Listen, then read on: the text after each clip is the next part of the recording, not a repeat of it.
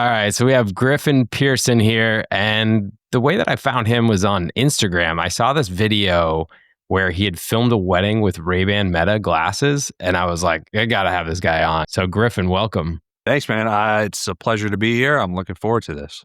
Yeah, I mean, that video was crazy because I have a pair of those and they're great. They're amazing. They are. And every tool is useful for a certain thing. But I haven't seen anybody film anything really, like except for like behind the scenes or like videos of their kids or something. So what gave you the idea to film a wedding or part of a wedding video with Ray-Bans?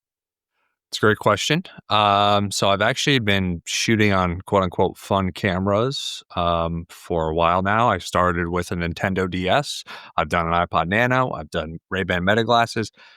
I've done a lot of these different cameras, and my whole thought process behind all of these is when I first started, got the idea, I said, listen, weddings are serious, right? Yeah. Everybody always takes them so serious, and don't get me wrong, they are serious. And I don't make these videos unless I'm going to get my job done. Let me just stress that too. A lot of people see these videos. I never want them to think like, oh, he's wasting my time and my wedding day. Like, I'm not shooting those videos unless I have the couple's approval beforehand.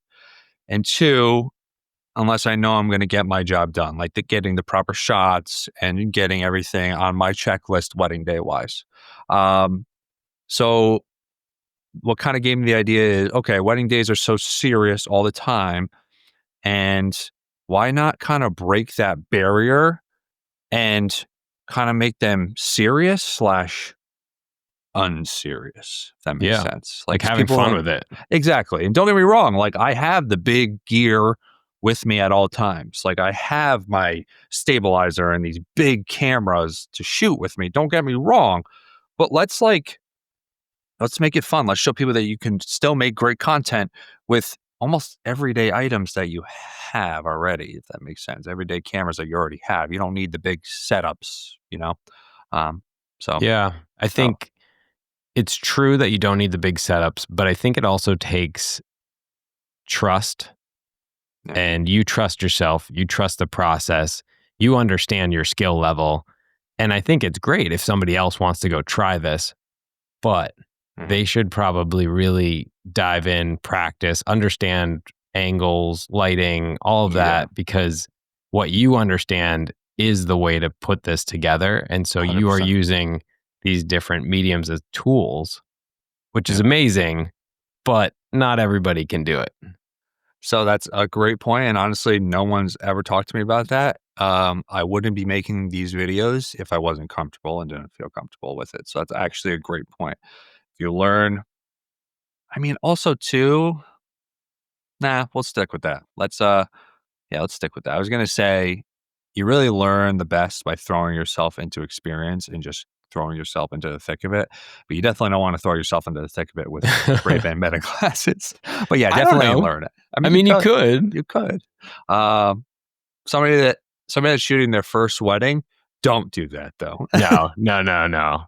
Unless that's your if that's your go-to, like if you practice on this, I think if you're using that before you go into client work, whatever it is, because that's what I do, at least when we do anything new or use any new equipment, we always go through a process of testing, understanding why we're using it. Of course. I think it's fun to use new things, but I think you have a vision of why. Like, of course. Just to jump into it, I mean, you just posted something today that I saw, the Severance in Inspo, which was awesome. Very cool. And for anybody just listening, we'll put the link in below. But anybody just listening, it was 2 handy cams, and the couple did intros the night before on handy cams and like basically telling each other why they were getting married and all of that. And it was an incredible way to open a wedding video that like no one would see coming, because usually it's like first look and like people like slow motion stuff. And so what gave you that idea, and like why were you like, I'm gonna run with this? I'm happy you're asking me that. So basically I love Severance. Like that show is incredible. It's slow to get started, but once you get into it, you're like, this is wild. The way it's shot is perfection. And one of the last episodes in season 2, there was just this scene where have you ever seen the show?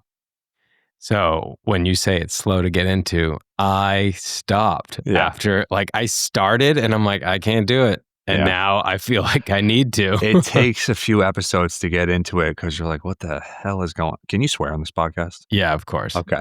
You're like, what the hell is going on?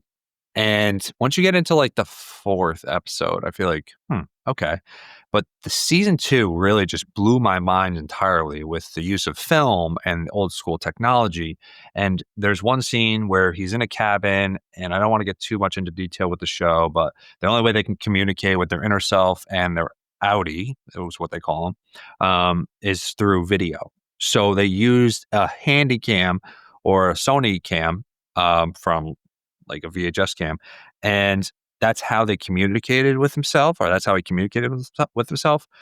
And so I was like, I'm watching this, I'm blown away. I'm like, wow, wow, wow. I need to find a way to incorporate something like this into a wedding video, because that show has nothing to do with weddings at all.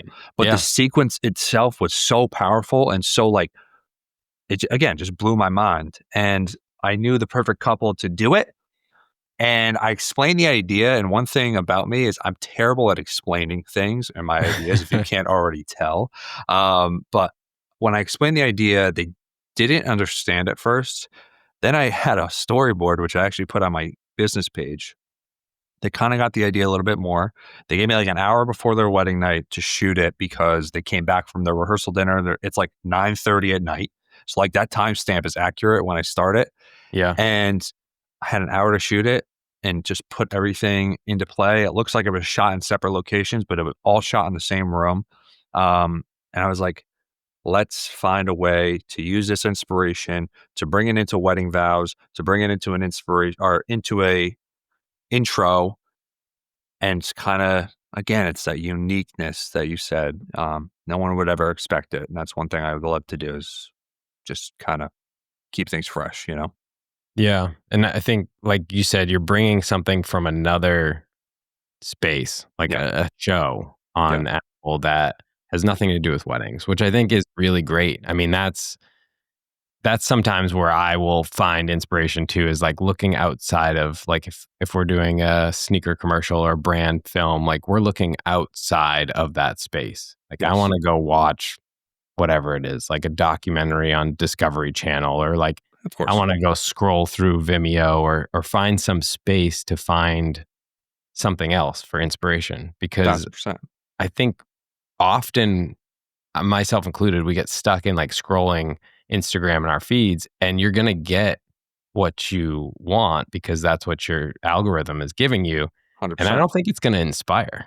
I mean, usually it doesn't, because it's all the same. Yeah, I agree 1,000%. I stress this even on posts I post nowadays. It's like, find inspiration in odd places, because it will take your creativity to the next level. It's almost like if you mash 2 different things together, like that have nothing to do with each other, again, like Severance and weddings, you create something that's just out of the ordinary, and people are like, what the hell? How did he do that? Or how did he think of that? You know? Right. I take a lot of inspiration. Oh, sorry. Go ahead. Yeah, I was just going to say, are there any other spots that you find other inspiration besides like watching films and shows? So definitely, it's going to sound weird. Again, it's odd, right? I find inspiration from like old school photos. Yeah. I find inspiration like with certain color theories from, I mean, like even old school toys.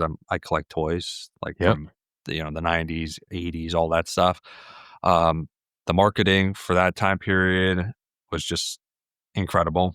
So if you find, my biggest inspiration is from old school horror movies. I love John Carpenter, the way he used to light his films, the way he used to just direct everything, just the films in general. They just have a certain feel to them. So I bring those colors and those certain shots and feels into some of my wedding films. that's where I find my odd inspiration, and that's what keeps me kind of going and keeps it fun, and yeah, keeps me going. Yeah, and I think having something that inspires, like, there are so many people that shoot everything and anything, like brand films, weddings, whatever it is. So it's like, in order to keep yourself fresh and stand out, you have to look for other inspiration in other spaces. Like I'll look at, like you said, ads. Like I'll look at print. Yeah. Like even just a book, like a photo book, just like scrolling through it. And I think when you look outside of digital, you're going to find this inspiration that either doesn't exist at all in digital because it was before, or just a way of taking it in. Yeah. Like I think when you take in something differently, like reading or writing physically, or even just walking outside, like I'll get a lot of inspiration just walking in the woods, or like riding my bike, or doing something other than thinking about filmmaking. 1,000%. 1,000%. That a lot of people don't understand is, like, especially the new quote unquote filmmakers or people that aspire to be videographers, and they don't understand that you don't want to blend in with the other videographers. You want to have your own style. You want to be different. And yes, you could take inspiration from certain videographers, but don't try to be like them. Don't be going buying the, I hate Sony unless it's old school camera. All right. I hate Sony. I'm sorry if you're a Sony shooter. I don't have any Sonys. I used to. I shoot Canon and Red. Okay. I got to talk to you about Red. I shoot Canon myself. So I'm going to tell you something though. Even this is the only Sony I like. This is my absolute, this was in the video, my absolute favorite camera of all time. And the reason being is because it's not VHS, right? I love VHS. I actually have a tattoo on my arm, but it's not VHS. It still has the old school VHS kind of look. It was right after VHS. And you could put it on an SD card. It's just so, again, a handy cam. It's my favorite Sony of all time. It even is, I think, better than what I'm using as my webcam, my R5C. I just love the old school feel of it. It's so simple. It's to the point. Right on the computer. The batteries last forever. It has its own. The audio's pretty good too. For these, I have one of those. Yeah, I love it. It's awesome. And actually, this model, yes, you could put an SD card in here, but it has its own built-in hard drive. Yeah, I have that one. Yeah, it's like, it's wild, man. Like, this is my favorite camera of all time. And it's small. It's really portable. And like you said, it lasts forever. Like the battery lasts forever. Yeah. And like the space on it, you could film for like days. I literally shot my daughter's first time to Disney World with this camera. And I shot 7 hours of footage and still had like 500 minutes to shoot on it. It's like it's like 1 gig, maybe. Yeah, it's like wild. So my all-time favorite camera is that. Why not Sony? Because there's so many people that love Sony.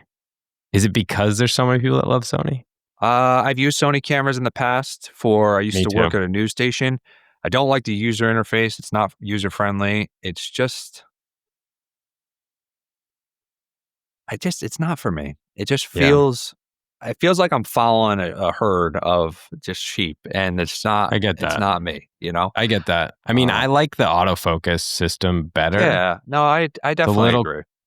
But if you're not relying on that all the time, I mean, it is quicker, I've found.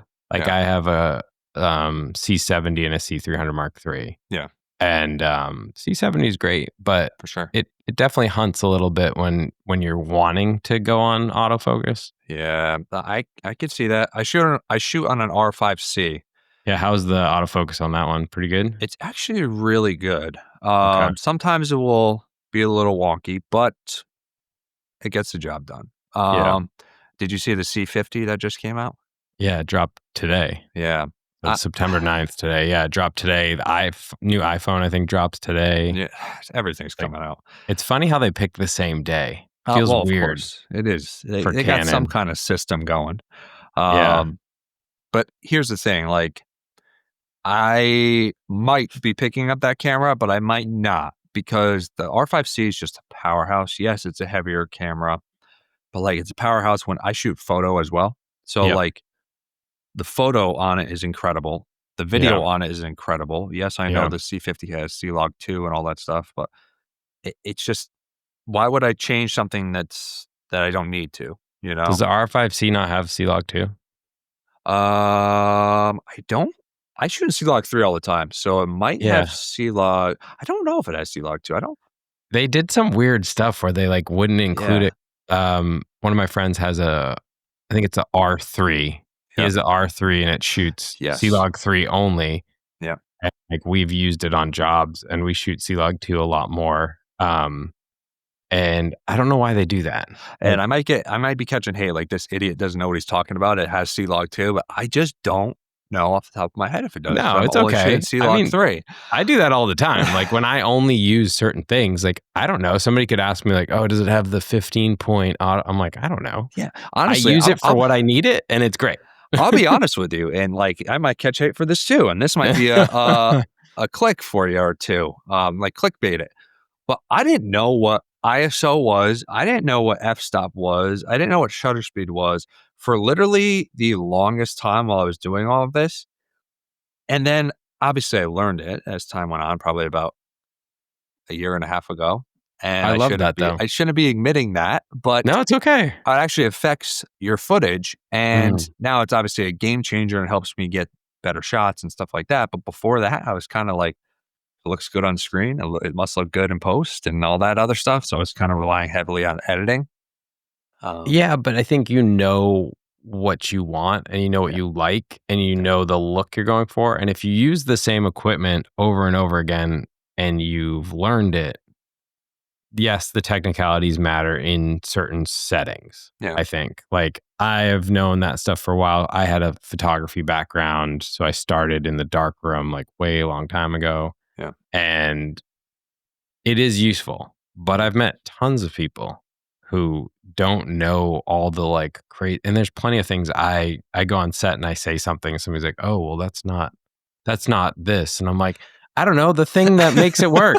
just shoot it." Like just fucking do it. Jesus like Christ. I don't care how you get it. Like it's funny that sticks with some people, like the lingo and like, oh, God. I just had a guy, so I write a lot on LinkedIn, and I had this guy just like blow up my spot because I posted a thing on LinkedIn about it was either the top 3 or 4 things you should do during any film project. Yeah. And I called it a film project. And he lost it. Because they love it. They want to be right. He's been in the industry. He just commented again today, and he's like, "I've been in the industry 40 years and it's not film. You shoot with digital and all of that. And so this is a digital camera, and you should never talk about film that way because you're not processing it." And I'm like, dude, chill out. Yeah. Like, honestly, who cares? So it's a double-edged sword. Yeah. Right? Because you could use it to your advantage. Like, for instance, if I'm shooting a reel, I literally will purposely throw on my lens cap if I'm shooting a reel. So somebody comments like, "You idiot, like, why do you still have your lens cap on?" Like, you know, something like that. Or that you purposely misspell something. So somebody comments, it gives you that engagement. It's true. Know? It's true. So like, and I'll put this out there too, is like, yes, the Metaglasses videos and stuff like that, like they're all legit. Don't get me wrong, but I do obviously bring backup cameras because sometimes this technology is not always, you know, the most trustworthy either. You know what I mean? So like, if you're going a 12-hour wedding day, like obviously I can't use the Metaglasses for 12 damn hours. Like, no, you know unless you have a bunch of different pairs. But like, yeah, exactly. You have but a like, Pelican case just full of Ray-Bans. Honestly, but if you can get a few shots out of it, you're technically shooting it on Ray-Ban Metaglasses, you know, like, so people got to understand that. And that's one thing that I love in the comments is like, people always have to be right. Yeah. Go ahead, Chief. You're right. You're right. It's crazy. And that's why I always kind of shy away from sometimes the lingo, because I know how to make it work. I know how to like get my ideas out of my head and put them on screen. But sometimes the lingo and the proper terminology, if you will, I lack on that sometimes. And I'm willing to admit that. Yeah. I mean, I get it. I'm the same way. There are so many things that I learn all the time from other people. And I'm like, that's cool. Like, I'm glad that that's what we call it. And I'm just going to keep calling it what, like one of the things, like when I have a gaffer on set, like he knows all the different names of the clamps, and he's like, oh, you need this type of clamp. I'm like, I don't know, the one that holds the light on the post. I just need that one. Just put the damn clamp on, man. Yeah. I'm like, I don't know which clamp it is. They're like, oh, it's a super clamp. I'm like, sure. Yeah. Is that the one that works? That's I don't know. Pretty super. Now put it on. Yeah, I think, but there's still some people that, and maybe it's because some of the people grew up in that space where you had to know, because like you were assisting somebody and they're like, hey, go get this. And you had to know which thing it was. And now there's a lot of people that just like, you do the thing, you operate, you get the result, and it doesn't matter. I don't think it matters how you get there. Yeah. And I think there's a lot of people that are stuck on that. Like, well, Sony's not good at this, or Canon's only good at this. It's like, whatever tool you want to use, you should use it. Like, I agree. There's no reason why people like, I mean, I've been using Canon forever and I love it. I love it. Before Canon, I was shooting Nikon, and then I realized how bad Nikon was. And don't get me wrong, people love Nikon, but they bought Red. I know, which I want to talk to you about in a second, because I need to ask you about Red, because down the road, obviously, as I keep growing, I want to make the jump, I think, from Canon, and I don't know, so not entirely jump from it, but definitely upgrade to something pretty serious, you know? Yeah. But yeah, I've always loved Canon. They've been there for me. They've helped me get where I am today, and helped me get that inspiration or ideas out of my head, put them on screen. So you know what? I'm a loyal Canon fan to this day. Yeah. Yeah, I mean, I feel the same way. Like, I have a bunch of lenses, Canon mount, and I've honestly thought about doing the jump to Sony, because there's like, we do a lot of like docu storytelling stuff, and the autofocus is useful for running around. Yeah. But we shoot a lot on our Reds as well when we're doing like branded stuff. And so the problem with the Reds is the space. I was going to ask you about how's your workflow with a Red camera and like the amount of space that it depends what we're shooting. So I have a Raptor that shoots 8K, which is amazing. It's an amazing image, shoots crazy frame rates, like 300 frames per second. Jesus. It's insane. And I think it does like, I'll probably get messed up in the comments too, but I think it does like 450 or 480 in 2K, which is amazing. Oh, someone's in the comments saying, nope, it's actually 520. Yeah, right. It's something out of nowhere. That's the only thing about it is like, so 8K on the Raptor is VistaVision, the one that I have, which is larger than full frame, which is amazing because you get more depth of field and all of that. But the problem is if you don't need 8K, so 8K on medium quality, so you can go to low quality, medium quality. Medium to low quality, I think, is an hour is a terabyte. Really? But we don't usually shoot everything in 8K because of that. Like, if I'm shooting like a regular interview, or we just need interviews, we're probably not shooting. Well, where are these going? Are these going on like TV? Or are they going on socials? So because we just realistically, you don't need. Again, I'm probably gonna hate for this too. You don't need 8K all the time, right? Yes and no. So I don't think I need 8K either. I think what happened was the options when I bought that camera. So it was, I think that one came out, and then the Komodo X came out. And I have a Komodo, the original. I've been through a few Red cameras. So I got robbed. People that listen to this podcast have heard this story a bunch, but I got robbed in Atlanta. I lost $75,000 worth of gear. Oh, Jesus. That's and it was like Red cameras, laptops, lenses. It was insane. I had insurance. Was this before? Oh, thank God you had insurance. Was this before AirTags and everything too? No, there were AirTags. The problem is they didn't take the cases, and I didn't have AirTags inside camera lenses. I have AirTags now in all the lens mounts now. Yeah, it was insane. It was daylight. It was in Atlanta, and the guy did it in 20 seconds. They had it on film. He had a mask on because it was like during COVID, but he did it all in 20 seconds by himself. He robbed the car, stole photography gear, took it all out of cases.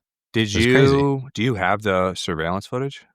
They wouldn't let me, which was also a little weird. They were like, "Oh, you can't watch it." I'm like, "Why can't I watch it?" Who was it? Just out of curiosity, like the place that wouldn't let you watch it. The place was, so there was a restaurant next to the place we were parked at. And I think the place that had the security cameras, it was a municipal building or something, and the police watched the film, but no one would let us watch it, which I found was weird because I'm like, why? And they're like, "Oh, you can't watch it because it's whatever, some sort of," I honestly don't even know. They just wouldn't let us do it. And so we never got to see it. Yeah. We had insurance. It covered most stuff. There was like a loss of 10 grand, which was shitty, but that's annoying. But Jesus. So that was my original Red camera that I had from when I started, which was kind of sad to lose. And then I went through a couple more and I got the 8K because of that. Just seemed like the next step. I think it's overkill. Yeah. I think the Raptor is really cool. I think it's a great camera. The size is amazing. I would go, if I were to buy a Red right now, I would go Komodo X all day. It's an amazing camera. The X is a little bit better than the original. And the problem with these cameras is as you go down in quality, so like 8K VistaVision, 6K full frame, 4K Super 35, I believe. So you start punching in on the sensor. And as you punch in on the sensor, you lose pixels. And when you lose pixels, shit gets a little wild. And so so if you got the 6K, I think it's Super 35 at 6K. So you could go to 4K, but you'd punch in on the sensor a little bit. So you'd want to test it. But I know some people that shoot everything on a Komodo. Everything. Interviews, documentaries, and the workflow. I mean, we're editing on laptops. They're pretty much souped up MacBook Pros, but DaVinci is usually where we're at. And DaVinci guy, huh? Yeah, you Premiere? No, I'm Final Cut as it's opened in the back. Okay. Final Cut. Yeah, I'll get hate for that too, but don't care. I could tell you that software like the back of my hand. I know it. It's like, but that's the thing is like once you learn something, like I did Final Cut when it first was a thing, and then Premiere came out. I used Premiere, and then I hate Premiere. It just crashed constantly. Hate Premiere. So I love Adobe, but not Premiere.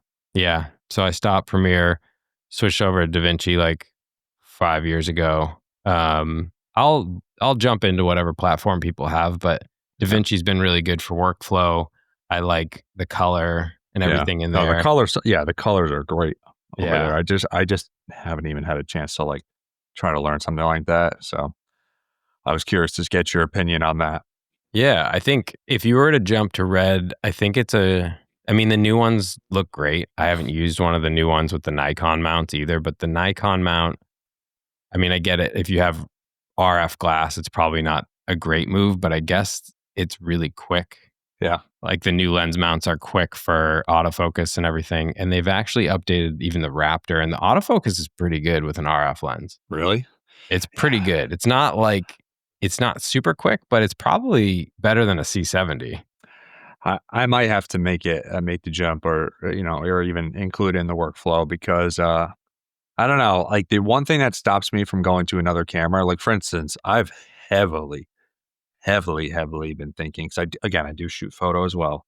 I do want to try a Hasselblad.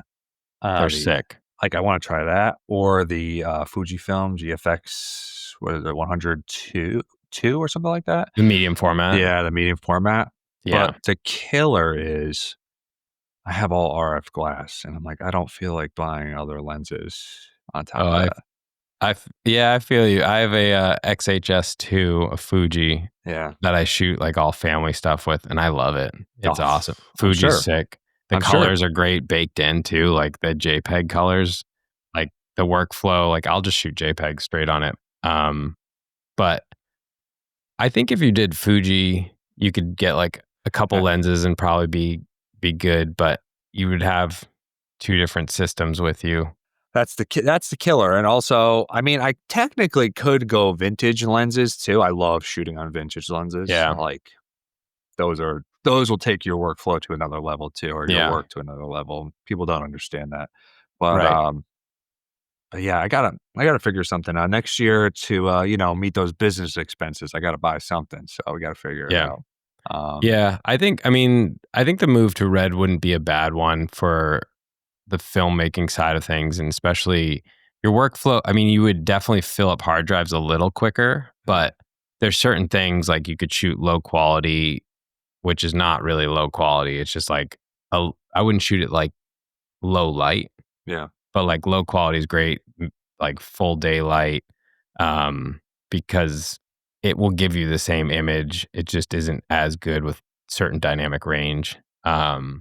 But I mean, I love the Red cameras. Like we just shot this year, we shot a commercial that aired on NBC. oh, We awesome. shot Reds underwater and above water, and there's something about it. Like, I Oh, mean, I'm sure. people will like talk shit about it and say whatever. You could use a Canon and get the same thing, and you might be able to, but right out of camera, man, like the image is incredible. What's it? And if I'm sorry, I don't know this. What's it called? Like, we have C-Log, right? What's it called for Red? Is it It's just Red? Red Raw. Just Red So Raw? it's right now their color space is like it's like log 310 or something is what their log is. And you don't have to shoot raw. You could shoot ProRes if you wanted to, which would save you some space. But the raw, the nice thing is if you want to change the ISO afterwards, you can. Yeah. Which is useful if you like miss a shot or you're like shooting something quick and you're like, oh shit, I was 800 ISO. I should be whatever, Yeah. 1250. I'm dying to get my hands on. I want to get my hands on like a beautiful 16 millimeter film camera. Yeah. Those are incredible. I love, love, love to get my hands on, which is physically almost impossible, but I want to get my hands on a Panavision camera, like the old school ones. Yeah, that'd be sick. Like the old school ones, like not the newer ones that you could rent from them. Like, yes, I could rent it, but that's a lot of money. Yeah. Um, like true film. I don't know, something that again John Carpenter would shoot on for his Yeah. movies. Like, That'd be sick. so let me borrow it. The old RE, they're digital, but the old RE, I forget what they are, but they're like you could get one for like $2,000 on eBay. Now I'm interested. What you don't It's know like which one? it's like the Alexa. It's like the original Alexa, so not the like LF and the minis that are out that are like 40 or 50,000. What year It's did like that come out, by the way? Just out of curiosity. the And old one. yeah. It's I think I want to say is in the 2000s. So it's not like old, and it doesn't shoot film, it shoots digital, but Yeah. the image out of it is very soft. Like so that's why I people love Alexas is because it's very soft and dreamy, and that's why they shoot a ton of movies on them. Yeah. I've never shot on Alexa at all, but I've actually had clients ask for it, Yeah. which I mean, we'll shoot on whatever people ask for, but most of the time people don't care. So your projects, is this your own company? Are you working for a company? Yeah. Nice. So I own a production company called Juke Booth, and Cool. we do a lot of brand stuff. We work with like Nike, Converse. We do sports doc stuff and commercials. That's awesome. And yeah, it's cool. We do a lot of like boring stuff too. Like it's not all like super exciting. Like we post the shit that's fun. Yeah, of I course. mean, we do a ton of like CEO interviews and like people talking about finance and like So now your quarterly challenge earnings. is to keep content flowing is you got to find a way to make that interesting for an Instagram reel or TikTok. True. Right. Like how It's- do you convince them to shoot something like a Severance thing? Yeah, I mean, oh geez. Yeah, now it's It's a little bit harder in that space because people they don't care about it. So like I think in the wedding film industry, the cool thing is the couples are so excited. They're like excited to see something new and different. And they're excited that you're excited. Well, Sometimes. I don't know, maybe that's not true. The first ever one I did, and this is why it's quote unquote an easier sell now to tell people like, hey, I'm going to shoot your wedding on Metaglasses or a different fun camera, is because the first one did very well. It had like 15 million views. That's sick. But when I shot it without any like background, well, not any background, but you know what I mean? Like any proof that it works. Right. The couple was like, that was one wedding I didn't tell them I was doing it until the day of, because like I had to risk it. You know, I had the idea, and I was like, just trust me, like I got this. And until it blew up, they're like, we get it. Now people definitely get it. Right. But you have to prove it.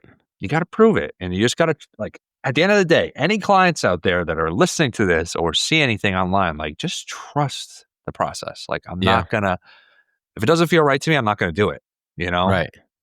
What made you get into all this? Because you weren't wedding always filmmaking or just in general? Just filmmaking in general. Because, like, have you been doing this forever? Or has this been a thing since you were a kid? Or it feels like forever. But yeah, no, I've always been drawn to the camera. So I started a YouTube channel in like middle school. Okay. That sounds so cliche, but I swear to God, I have videos of me, making some stupid videos back then. But then I kind of put that on the back burner in high school because I was getting like bullied for it. And I was like, you know what, this isn't for me right now. Then Vine came around and it kind of got me back into like content creation. And I was like, all right, I love this. Still getting flamed for it, but don't care. I wanted to be Vine famous so bad. Then out of high school, like, you know, when you're in high school, they just push you and they're like, you got to go to college, got to go to college, got to go to college. All these kids are getting like accepted into college. And I'm like, I don't fucking want to do that. Like, this is not me. It's not who I am. I cannot sit in a classroom. My doctors growing up would say I had ADD, but I just was never into just sitting in a classroom learning about shit I didn't care about. But who is, you know? Like, it's funny when they're like, you have ADD, and you're like, I just don't want to listen to this boring shit. Like, does that mean I have ADD? Yeah, like, exactly. But I get what you're saying. It's like I've never used the Pythagorean theory out of like school. Like, what are you talking about? And I always use a calculator, even though you said we shouldn't use one on the test. Exactly. That's what I'm saying. What's going on? Teach me something I'm going to learn, I'm going to need down the road. Besides the point. So when they were like, go do this, do that, I got to get into college, like I still applied just to shut everybody up. But I started a real quote unquote YouTube channel. Then I taught myself how to shoot, how to edit. Don't get me wrong. I grew up around video and film my entire life. My dad has worked for a TV station here in Connecticut since I was literally a baby. So I grew up around the cameras. I grew up around that, had an interest in it. And it's so funny because growing up, my dad and mom would always push me to do like sports. Yeah. Because I'm 6'6". And oh, damn. So, like basketball, football, baseball. And like I liked it, but I never loved it. And if you watch my childhood videos back, I'm always asking to use the camera. Yeah. And my dad's like, it was right in front of my face the whole time. So who knows? I could be the next Christopher Nolan right now, but you know, he didn't let me touch the camera. I mean, maybe he will still be. You never know, dude. Hey, we never know. Just got to keep shooting some more wedding on Metaglasses. But you never know, man. You honestly never know.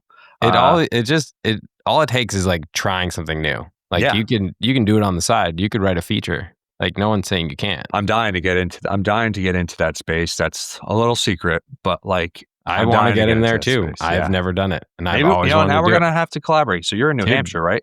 Yeah, maybe we're gonna have to write a film together. I'm right in Connecticut, so you know what? Fuck, let's go. Honestly, I'm down. We're talking. We're gonna talk off podcast because that's something I'm very interested in.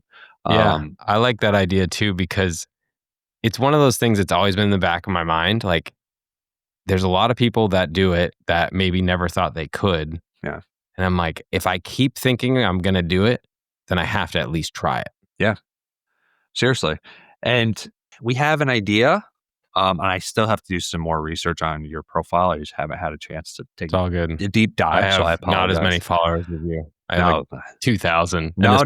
Only has like 75 subscribers on YouTube, but that's okay. We're getting there, you know? This is like 35th episode. Well, once this blows up, I'm honored to be one of the first, or one of the first of many. So, but going back to the movie thing is like, we have an understanding of how to shoot things. And I think with the right proper scripts and the proper actors and all that other stuff, I think we could definitely do something incredible. So we'll be in chats after this.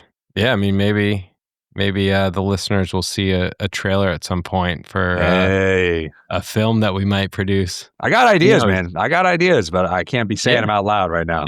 All good. I think I mean, it's a possibility. That's the thing is like, possible. that's kind of why I've done this podcast is like meeting people like yourself and just, I would rather do this on air, basically like talk shop because it's like, it's interesting to me, but I think there's people out there that would find it interesting too, who are trying to start a career in it, who have no idea where to start. And like, so I like to have people on like yourself because you talk about different tools and you're honest about, hey, I didn't know what I was doing with this and that, but now I'm good. Like that's one thing too, is like, I want people to ask me like stuff. And that's why I like doing these podcasts, is because I'm so used to just doing stuff, or like, just delivering films or delivering trailers and pumping out content, but I never get to sit down and explain it either, you know? And I always promised myself if I finally got some traction on my profiles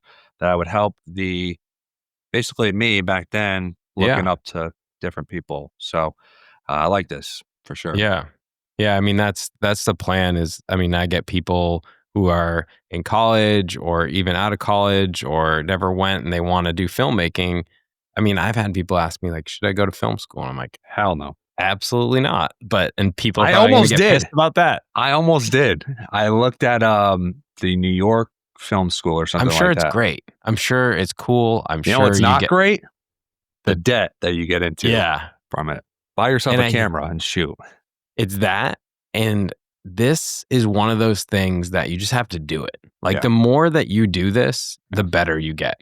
Yeah, 100%. It does not matter. Like there are certain professions where probably, I guess all professions you get better, but like there's a lot of things where it's not going to matter. Like you're not going to just like crush accounting for years and be like, I'm even better than I was when I started accounting. It's like, it's the same thing, but like this is a craft. Yeah. And I think 100%.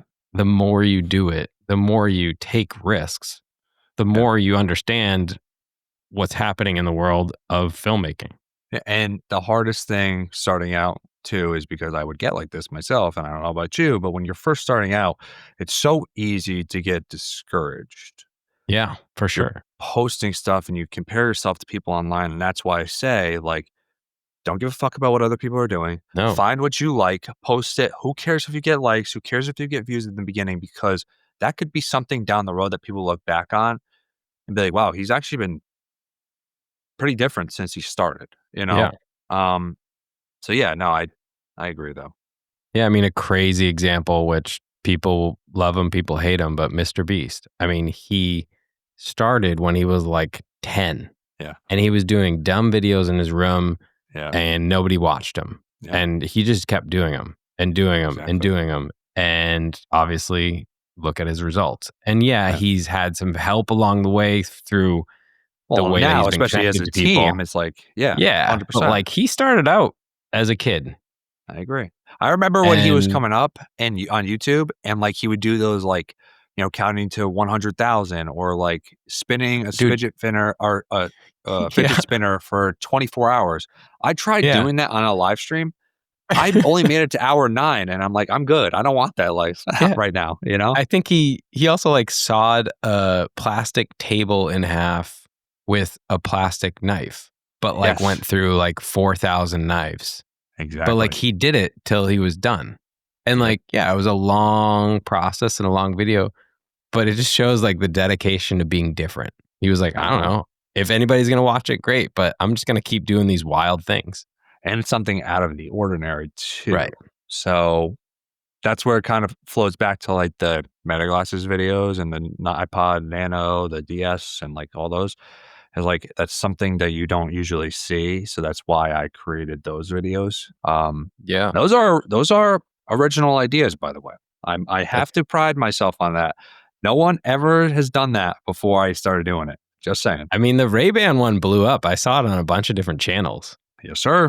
Yeah, I'm proud of that one to this day, and I thank the couple for trusting me on that one. Well, I will also say I almost didn't film that one. Because I was so stressed out that wedding day. And I'm like, I just got to get a few shots of like, just to say I did it and like, just get the behind the scenes. It was embarrassing running back and forth because you have. It was so funny watching you because what you don't see. 6'6", you said. Oh, so you're you got the tall, lanky guy running around with glasses, but then you have people behind. What you don't see on cameras, you have people behind like wedding guests, watching you, and it's awkward, and you almost are a spectacle. So it's embarrassing. So I almost didn't make it that day because I was like.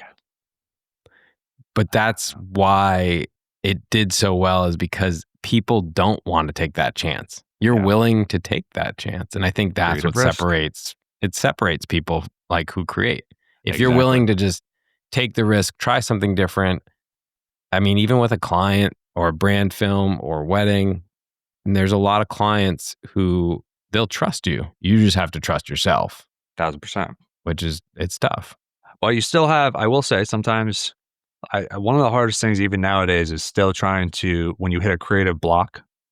Yeah. And you're like, okay, people book me for weddings. Like I have to shoot that wedding that day. I can't just call them up and be like, hey, having a creative block today. Can't really shoot, you know? Not feeling it. You got to find a way to stay fresh, keep the ideas flowing. Even again, if it's from prints or from ideas I actually go on Pinterest a lot for poses and how could I add movement into certain poses, because I'm terrible at posing. That's one thing I'm really bad at.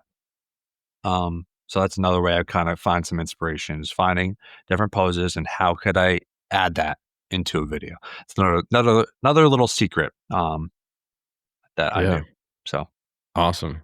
Hey man, this was great. I mean, I feel like we could just keep going. I could talk for hours. Honestly, I love this stuff. So yeah, this was awesome. I appreciate you coming on. Of course, dude. No, thanks for having me.